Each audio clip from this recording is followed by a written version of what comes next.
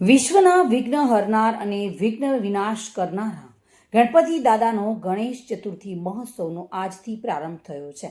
અરવલ્લી જિલ્લામાં અલગ અલગ જગ્યાએ ગણપતિ દાદાની મૂર્તિનું સ્થાપન કરવામાં આવી રહ્યું છે.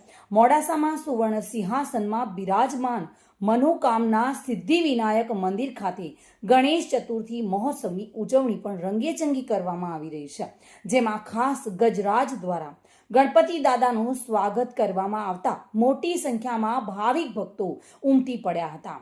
મોડાસા શહેરમાં મેઘરજ રોડ પર youth junction, Sai group, Rampar group તથા વિવિધ ગ્રુપો દ્વારા સાંસ્કૃતિક કાર્યક્રમનું આયોજન કરવામાં આવે છે. વહીવટી તંત્ર દ્વારા પણ આ વખતે બેસ્ટ ગણપતિના પંડાલને ઇનામની ઘોષણા પણ કરવામાં આવી રહી છે. ધાર્મિક ભટ્ટ સાથે bureau report, today Gujarati news.